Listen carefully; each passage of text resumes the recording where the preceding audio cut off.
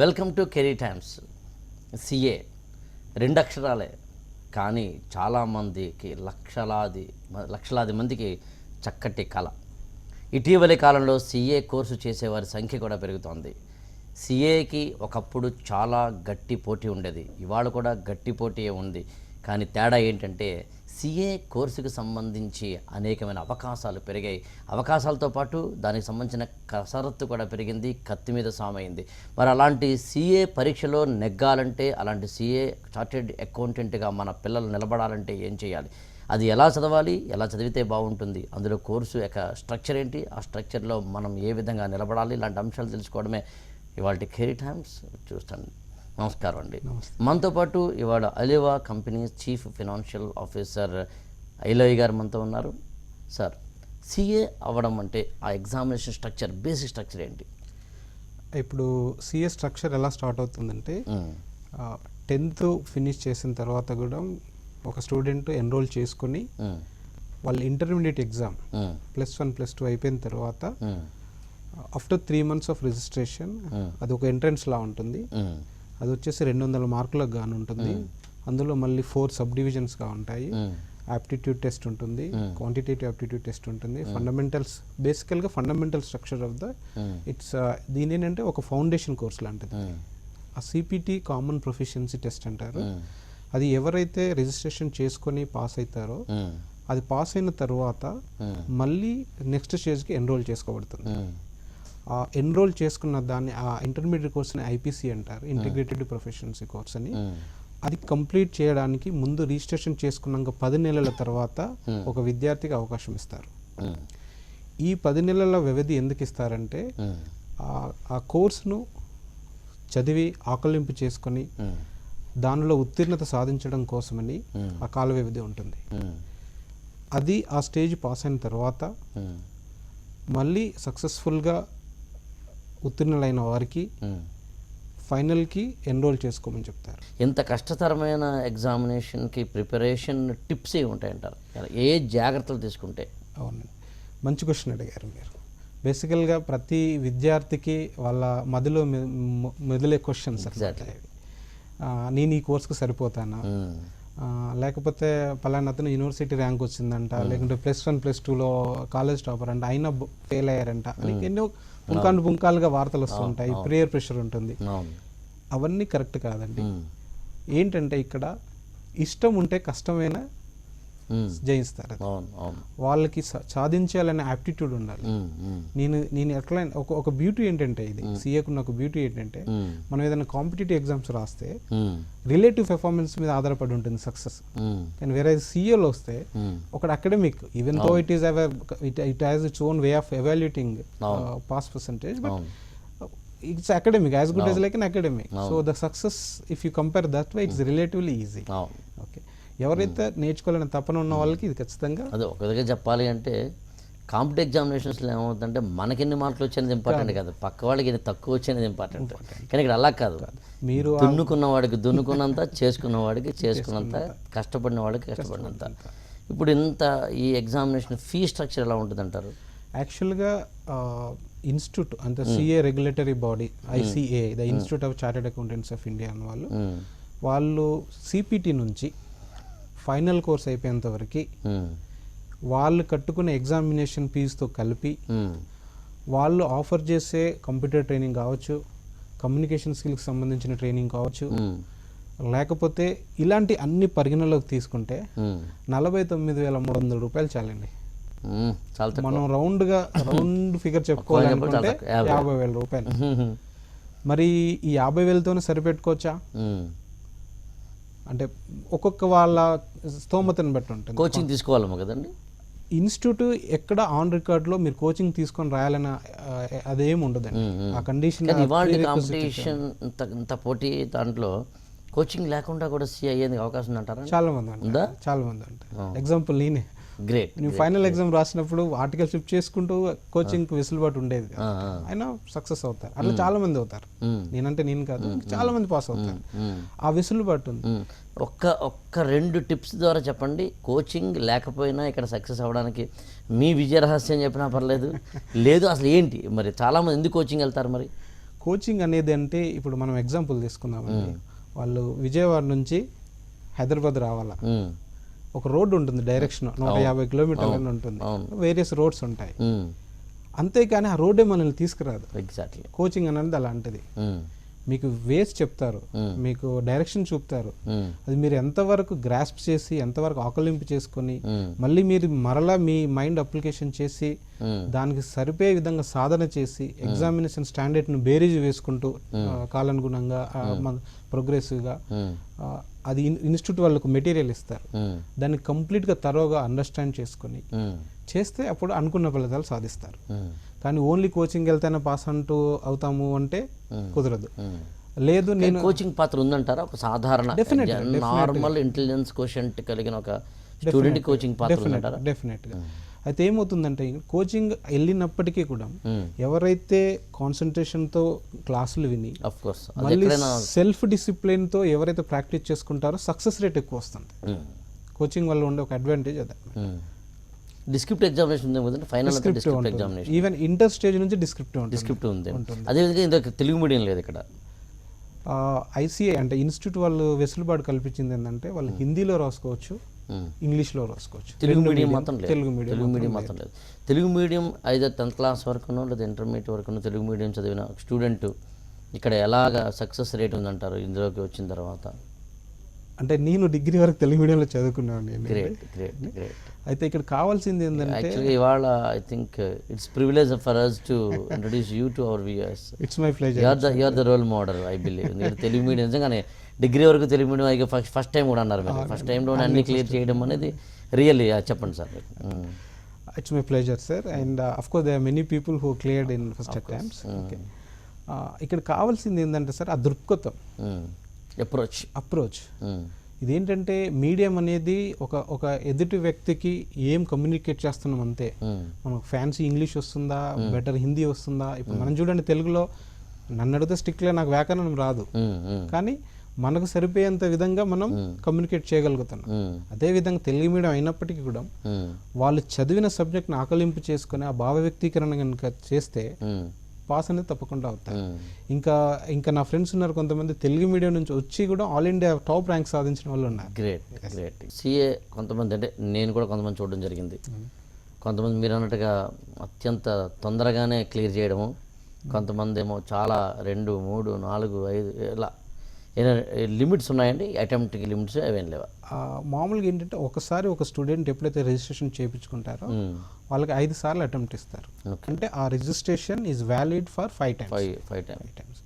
ఎప్పుడైతే 5 సార్లు 5 ఇయర్స్ కాదండి, నేను ఇంత చెప్పినట్టు అది సిపిటి కానివ్వండి, ఇంటర్ కానీ ఐపీసీ లెవెల్ కానివ్వండి, ఫైనల్ కావండి, సంవత్సరంలో 2 సార్లు వస్తాయి ఎగ్జామ్స్. దాన్ని 2 అటెంప్ట్స్ అంటారు. ఓకే. సో ఎప్పుడైతే ఈ అటెంప్ట్స్ జరుగుతున్నప్పుడు 5 అటెంప్ట్లు కనుక వాళ్ళు సక్సెస్ కాలేకపోతే ఒక జూన్ 1 డిసెంబరు అట్లా 2 అటెంప్ట్లు అయిపోయినాయి. మళ్ళీ ఐపీసీ ఫైనల్కి వచ్చేసరికి మే నవంబర్ వస్తుంది. ఓకే. ఓన్లీ సిపిటికి మాత్రమే జూన్ డిసెంబర్ అంటారు, వీళ్ళకి మాత్రం ఐపీసీ అండ్ ఫైనల్కి మాత్రం మే అండ్ నవంబర్. సో అక్కడ కనుక వాళ్ళు 5 సార్లు అటెంప్ట్ చేసి కనుక అన్సక్సెస్ఫుల్గా ఉండుంటే వాళ్ళు మళ్ళీ ఎన్రోల్ చేసుకోవడానికి ఛాన్స్ ఉంటుంది. రిజర్వేషన్స్ ఏమున్నాయండి? రిజర్వేషన్ ఉండదండి, ఏజ్ లిమిట్ కూడా ఉండదండి. అప్పర్ ఏజ్ లిమిట్ ఏం లేదు. అంటే ఒక సిఏ కావాలంటే మినిమం 21 ఇయర్స్ కావాలి. అంతే. ఆ తర్వాత ఎంత ఏజ్? తర్వాత నేను అంటే మాకు ఒక గురుగారు ఉండారు ఎస్డి బాల్ అని చెన్నైలో. అతను బ్యాంకులో జాబ్ చేసి రిటైర్డ్ అయిన తర్వాత సిఏ మీద మక్కువతో వచ్చి సిఏ పాస్ అయ్యారు అట్ ద ఏజ్ ఆఫ్ 60. అట్లా చాలా మంది ఉంటారు. కొంతమంది బీకామ్, ఎంకామ్, ఎంబీఏ లాంటి కోర్సులు చదివి వాళ్ళు కెరియర్లో ప్రోగ్రెషన్ అవుతూ వాళ్ళు రియలైజ్ అవుతారు, ఓకే నేను సిఏ చదువుతాను. అలాంటి వాళ్ళు కూడా వచ్చి చదువుతూ ఉంటారు. ఇప్పుడు సిఏ ఎగ్జామినేషన్ కొంతకాలం ప్రిపేర్ అయ్యేంతకీ రావట్లేదు అనుకుందాం. మామూలుగా వచ్చిన నాలెడ్జ్ చెప్తే నేను అర్థమవుతుందేమని చెప్తానండి. ఐఏఎస్కి ప్రిపేర్ అయిన ఒక స్టూడెంట్ ఏ కారణం చేత ఐఏఎస్ రాకపోతే కనుక స్టేట్ లెవెల్ గ్రూప్ 1, గ్రూప్ 2 రాస్తుంటారు. అట్లా సిఏ కనుక రాకపోతే దాని ఈక్వివలెంట్ కోర్సెస్ ఏమైనా ఉండే అవకాశం ఉందా? లేకపోతే అందులో ఒక గ్రూపు ఏదో క్లియర్ కాకపోయినా ఏదైనా దానికి సంబంధించిన వెసులుబాట్లు ఏమైనా ఉన్నాయా? ఎప్పుడైతే ప్రాక్టికల్ అప్రోచ్లో అన్సక్సెస్ఫుల్ పర్సంటేజ్ ఎక్కువగా ఉందని ఇన్స్టిట్యూట్ వాళ్ళ దృష్టికి వచ్చిందో వాళ్ళు ఏం చేశారంటే ఈ కామర్స్ కోర్సు చదివిన వాళ్ళకి అంటే మొత్తం ఫైనల్ కోర్స్ అయిపోయేంత వరకు వెయిట్ చేయకుండా వాళ్ళు కనుక మిడ్ వేలో కనుక నాకు ఈ కెరియర్ ఇప్పటి వరకు చాలు అన్న కన్క్లూజన్ కనుక వచ్చిందంటే వాళ్ళ కోసమని ఒక సపరేట్ సర్టిఫికేషన్ కోర్సు పెట్టారు. దాన్ని అకౌంటింగ్ టెక్నీషియన్ కోర్స్ అంటారు, ఓకే, ఏసీటీ అంటారు. ఎప్పుడైతే మేము చెప్పినట్టు +2 అయిపోయిన తర్వాత సిపిటి పాస్ అయ్యారు ఒక స్టూడెంట్, కానీ అతనికి నేను ఫుల్ టైం సిఏ చదవలేనన్న నమ్మకం కనుక సడన్ లేకపోవడం కానీ లేకపోతే ఏదన్నా కారణాలు కావచ్చు, చదివి అటెంప్ట్ చేసి ఫెయిల్ అయినా కావచ్చు, ఈ ఏసీటీకి అప్లై చేసుకుని అకౌంటింగ్ టెక్నీషియన్ కోర్స్ అంటారు. అందులో 4 పేపర్లు ఉంటాయి. అది చదువుకున్న తర్వాత దానికి మళ్ళీ 8 నెలల వ్యవధి ఉంటుంది. రిజిస్ట్రేషన్ చేసుకున్నాక 8 నెలల తర్వాత వాళ్ళకి అటెంప్ట్ ఇస్తారు. అందులో కనుక పాస్ అయితే కొన్ని మరే వేరే టెక్నికల్ కంప్యూటర్ స్కిల్స్ కానీ general management and communication GMCC అంటారు, ఇలాంటి పార్ట్ ఆఫ్ కరికులం అనమాట. అది వాళ్ళకి నేర్పించిన తర్వాత అది పాస్ అయితే అకౌంటింగ్ టెక్నీషియన్ అని సర్టిఫికేట్ ఇస్తారు. దాని మీద కూడా జాబులు చేసుకొని మంచి రెమ్యూనరేషన్ పొందుతూ మంచి జీతాలు పొందుతూ ఉన్న వాళ్ళు ఉంటారు. మనకు ఒక క్వశ్చన్ డౌట్ రావచ్చు, అప్పుడు నేను కాన్ఫిడెన్స్ సెటిల్ అయింది కాబట్టి ఏసీటీ చేశాను, ఏసీటీ పాస్ అయ్యాను, తర్వాత మళ్ళీ కాన్ఫిడెన్స్ వచ్చింది, నేను మళ్ళీ సిఏకి రావాలి అంటే కూడా రావచ్చు. ఆ సిఏ ఇంటర్లో 7 పేపర్లు ఉంటాయి, 4 పేపర్లు క్లియర్ చేశారు కాబట్టి వాళ్ళు సెకండ్ గ్రూప్లో ఎన్రోల్ చేసుకుని అది పాస్ అయితే మళ్ళీ ఫైనల్ రాసుకొని సిఏ కావడానికి ఛాన్సెస్ ఉంటాయి. సార్ చెప్పండి, ఇందాక మనం మాట్లాడుకుంటున్నప్పుడు MBA అనే పదం వాడారు మీరు. CA MBA ఈ రెండింటికి ఎలా రిలేషన్ చూడొచ్చు? రిలేషన్ అంటే అండి, ఇప్పుడు చాలా వరకు మనకున్న ఎడ్యుకేషన్ సిస్టమ్ కానివ్వండి, లేకపోతే మనకున్న కరికులం సిస్టమ్స్ కానివ్వండి, కొంతమంది కన్ఫ్యూజ్ అవుతుంటారు పిల్లలు. మేబీ మన స్టేట్ లెవెల్లో అయితే ఐసెట్ రాసుకొని MBAకి వెళ్ళాలా, లేదంటే డిస్టెన్స్ మోడ్లో MBA చదువుకొని వెళ్ళాలా, లేకపోతే మంచి టాప్ క్యాట్ జీమాట్ లాంటివి రాసుకొని మంచి ప్రీమియర్ B స్కూల్లో చదవాలని కన్ఫ్యూజన్ ఉంటుంది. మనం డీటెయిల్స్కి వెళ్ళే ముందు ఒక ఫండమెంటల్ ఏంటంటే ప్రతి కోర్సుకు దాని కొన్ని అందాలు సొగసులు ఉన్నాయి. దాన్ని ఎవరైతే అనుభవిస్తారో, ఎవరైతే బాగా చక్కగా సక్సెస్ఫుల్ అవుతారో they have their own merits. Comparison చేయడం అంటే అది యాపిల్కి ఆరెంజ్కి తేడా ఉంటుంది. యాపిల్కి ఉండే అంటే ఇక్కడ MBA చేసి CA ఆర్ CA చేసిన ఒక క్యాండిడేట్ MBA కూడా చేసి ఉంటే అడ్వాంటేజ్ ఉన్నాయా? ఉన్నాయి, డెఫినెట్గా. Very nice question. ఒక క్యాండిడేట్ CA సక్సెస్ఫుల్గా పాస్ అయ్యాడు, పాస్ అయిన తర్వాత అతను కనుక మా very beginning of the career ఏజ్లో ఉంటే 22-23 సంవత్సరాల వయసులో కనుక CA కంప్లీట్ చేస్తుంటే అతన్ని ఇంకా ఉన్నత స్థానాలకు వెళ్ళాలి అంటే నేను నా ఇండివిజువల్గా సొంత ప్రాక్టీస్ పెట్టుకోకుండా నేను ఇండస్ట్రీ వైపు వెళ్ళాలి, ఒక సీనియర్ ఎగ్జిక్యూటివ్ లెవెల్లో వెళ్ళాలి, CEO MD అలాంటి స్థానాలకు వెళ్ళాలంటే ఈ రోజులలో ప్రస్తుతం ఉన్న కార్పొరేట్ వరల్డ్లో మల్టీనేషనల్ కంపెనీస్ బహుళజాతి సంస్థలు వాళ్ళు ఏం చేస్తారంటే CA చదివిన తర్వాత MBA కనుక చేస్తే ఆ MBA అంటే మళ్ళీ Tier 1 ఇన్స్టిట్యూషన్స్ నుంచి premier institute, Indian institute of management అంటారు, లేదంటే ISB ఉంది మన దగ్గర హైదరాబాద్లో, ISB కానివ్వండి, లేకపోతే GMAT రాసుకున్న తర్వాత ఏదైనా ఫారెన్లో కానీ ఒక మంచి ఇంటర్నేషనల్ స్టాండర్డ్ ఉన్న MBA కనుక చదివి ఉంటే వాళ్ళకి డెఫినెట్గా యాడెడ్ అడ్వాంటేజ్ ఉంటుంది. అంటే ఇక్కడ స్థానికంగా జరిగే మనకున్న లభిస్తున్న MBA కోర్సుల కన్నా మీరు అనేది? అవునండి. ఓకే, ఎందుకంటే లోకల్ MBAస్కి ఏముంటుందంటే వాట్ స్టాండర్డ్ రీచ్, ఆ గ్లోబల్ రీచ్, ఆ కరికులం స్టాండర్డ్, ఎవాల్యూషన్ స్టాండర్డ్స్ అన్నీ డిఫరెంట్గా ఉంటాయి కాబట్టి ఈ CA చదివి అది చదివితే ఇంకా బెటర్ ఎడ్జ్ ఉంటుంది వాళ్ళకి. CA మొత్తం కంప్లీట్ అయిన తర్వాత ఇంటర్న్షిప్ లాంటివి ఏమైనా ఉంటాయంటారా? అవునండి, మనం ఇంతకుముందు చెప్పుకున్నట్టు 3 స్టేజెస్లో స్టేజ్ 2 పాస్ అయిన తర్వాత కొంతమంది స్టూడెంట్స్ ఏమో 2 ఒకసారి పాస్ అవుతారు, కొంతమంది ఒక్కొక్క గ్రూప్ రాస్తారు. 2 గ్రూపులు రాసుకున్న వాళ్ళు వెంటనే ఇంటర్న్షిప్ రిజిస్ట్రేషన్ చేసుకోవాలి, లేదంటే ఒక గ్రూప్ ఫస్ట్ గ్రూప్ పాస్ అయిన వాళ్ళకి ఛాన్స్ ఉంటుంది. ఎందుకంటే మళ్ళీ 6 months కలిసి రావాలని చెప్పేసి ఇన్స్టిట్యూట్ వాళ్ళు ఏం చేశారంటే ఒక గ్రూప్ పాస్ అయినప్పటికీ కూడా ఫస్ట్ గ్రూప్ వాళ్ళు ఎన్రోల్ చేసుకోవచ్చు. అది ఆ డ్యూరేషన్ వచ్చేసి 3 సంవత్సరాలు ఉంటుంది. ఆ 3 సంవత్సరాలలో వాళ్ళ వెసులుబాటుని బట్టి, వాళ్ళు నేర్చుకోవాలనే తపనను బట్టి, వాళ్ళకుండే ఇతరత్ర కారణాలు, హోమ్ స్టే కానివ్వండి, లేకపోతే వేరియస్ రీజన్స్, వాళ్ళు ఒక ఆడిటర్ దగ్గర, సక్సెస్ఫుల్ ఫినిష్ చేసిన ఆడిటర్ దగ్గర, ఒక ఇండివిజువల్ ఆడిటర్ అన్న కావచ్చు, ఒక గ్రూప్ ఆఫ్ పీపుల్ ఒక ఫర్మ్గా ఏర్పాటు చేసి ఉంటాయి, ఆడిట్ ఫర్మ్స్ కావచ్చు, ఇంకేదైనా మల్టీనేషనల్ ఆడిట్ ఫర్మ్స్ ఉంటాయి, అందులో కానీ చేసుకోవచ్చు. వాళ్ళకున్న స్కిల్ సెట్ని బట్టి, వాళ్ళకున్న అకాడమిక్ అక్యుమినే కానివ్వండి, వాళ్ళకున్న ప్రొఫెషనల్ యాప్టిట్యూడ్ కానివ్వండి, దాన్ని బేరీజ్ వేసుకొని ఇంటర్న్షిప్ అవకాశాలు వస్తాయి. ఆ టైంలో ఇంటర్న్షిప్ వాళ్ళు కనుక మంచి ఒక ఉన్నతమైన సంస్థలు కనుక చేరి ఇంటర్న్షిప్ చేస్తే వాళ్ళకు స్టైపెండ్ ఇస్తారు. వాళ్ళకి 3 సంవత్సరాలు స్టైపెండ్ ఇస్తారు. వాళ్ళకి అంటే ఒక్కొక్క ఇన్స్టిట్యూట్ని బట్టి వాళ్ళు జాయిన్ అయిన స్తోమతను బట్టి ఒక మంచి ఇంటర్నేషనల్ స్టాండర్డ్ ఫామ్లో ఉంటే 15,000 20,000 స్టైపెండ్ ఇచ్చేవాళ్ళు ఉన్నారు.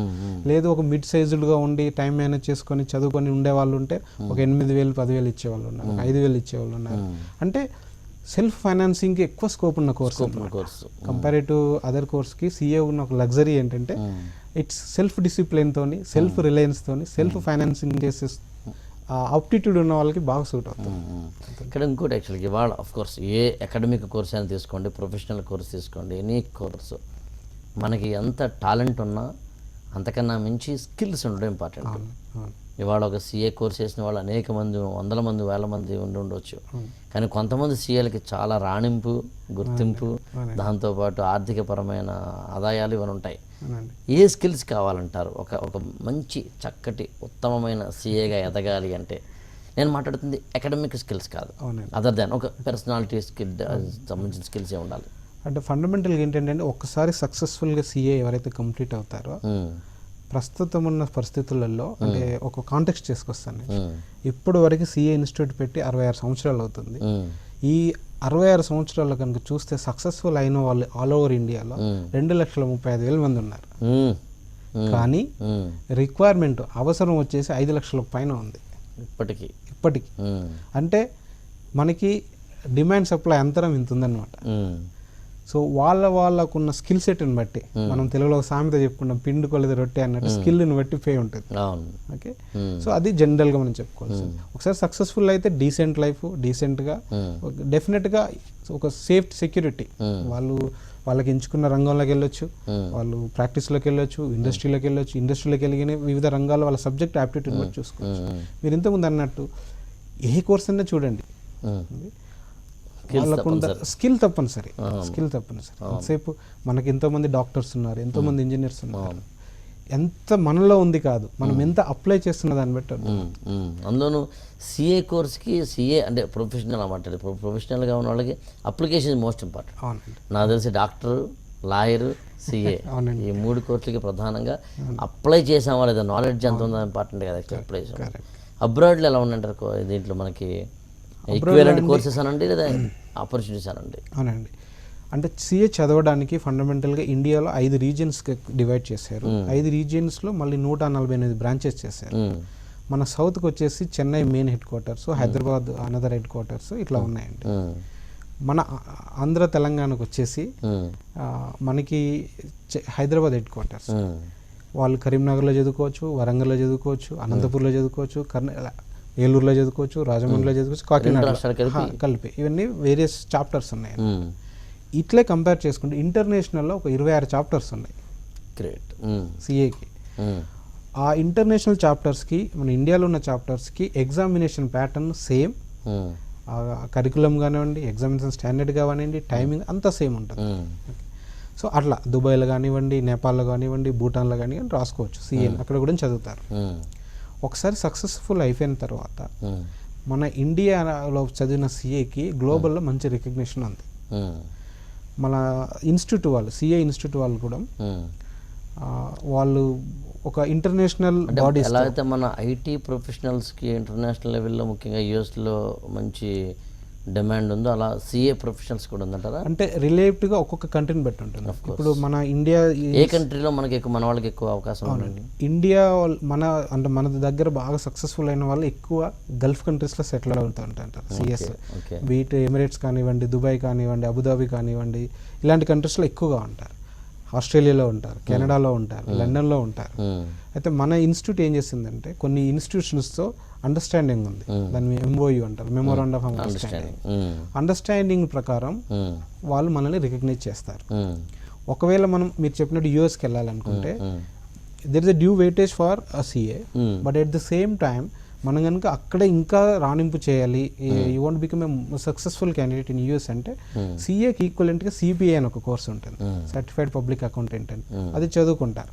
ఈ సిఏ కరికులంలో చదివిన వారికి సిపిఐ చదవడం అనేది రిలేటివ్గా కంఫర్టబుల్ అనమాట, సులువుగా ఉంటుంది. సిఎఫ్ అనేది ఏంటంటే ఇది is it related to CFA. మీరు ఆల్రెడీ చీఫ్ ఫైనాన్షియల్ ఆఫీసర్ కాబట్టి సిఎఫ్ఏ అని ఆ కోర్సు దానికి సంబంధించి సిఏతో సంబంధం ఉంటుందా, అది వేరే స్పెషల్? అది ఆల్ టుగెదర్ సపరేట్ కోర్స్ అండి. అది ఏమవుతుందంటే యుఎస్ స్పాన్సర్డ్ ఇన్స్టిట్యూట్, ఇదివరకు ఇండియాలో ఆఫర్ చేశారు, అది ఇప్పుడు డిస్కంటిన్యూ అయిపోయింది. ICFAI వాళ్ళు ఆఫర్ చేసేవారు కానీ కోర్ట్ బ్యాటిల్ వల్ల అది డిస్కంటిన్యూ అయిపోయింది. యుఎస్ స్టాండర్డ్ ఉన్న వాళ్ళు కనుక చేస్తే వాళ్ళు ఎక్కువ ఫైనాన్షియల్ అనలిస్టిక్, ఫినాన్షియల్ సర్వీసెస్ సెక్టార్లో వెళ్ళాలనుకునే వాళ్ళకి, బీట్ క్రెడిట్ రేటింగ్స్ కానివ్వండి, ఈక్విటీ రీసెర్చ్ కానివ్వండి, ఇన్వెస్ట్మెంట్ బ్యాంకింగ్ కానివ్వండి, బ్యాంకింగ్ సెక్టర్ కానివ్వండి, లేదా M&A అంటారు, మెర్జర్స్ అండ్ అక్విజిషన్, ఇలాంటి ఒక డొమైన్లకు కనుక వాళ్ళు వెళ్ళాలన్న కనుక యాప్టిట్యూడ్ ఉంటే అలాంటి వాళ్ళకి సిఎఫ్ అనేది బాగా ఉపకులంగా ఉంటుంది. చివరిగా ఇప్పుడు ఇంటర్మీడియట్ ఫస్ట్ ఇయర్ నుంచి ఏదో సిఎస్ఈపిటి అని MEC కోర్స్ తీసుకోవడం లాంటివి ఉన్నాయి. 10th క్లాస్ కన్నా ముందే ఈ ప్రిపరేషన్ స్టార్ట్ చేయాలా, ఒక ఫౌండేషన్ వేసుకునేది? What exactly the correct time? ఇప్పుడు ఏ క్లాస్ బెస్ట్ అంటారు పిల్లలకి?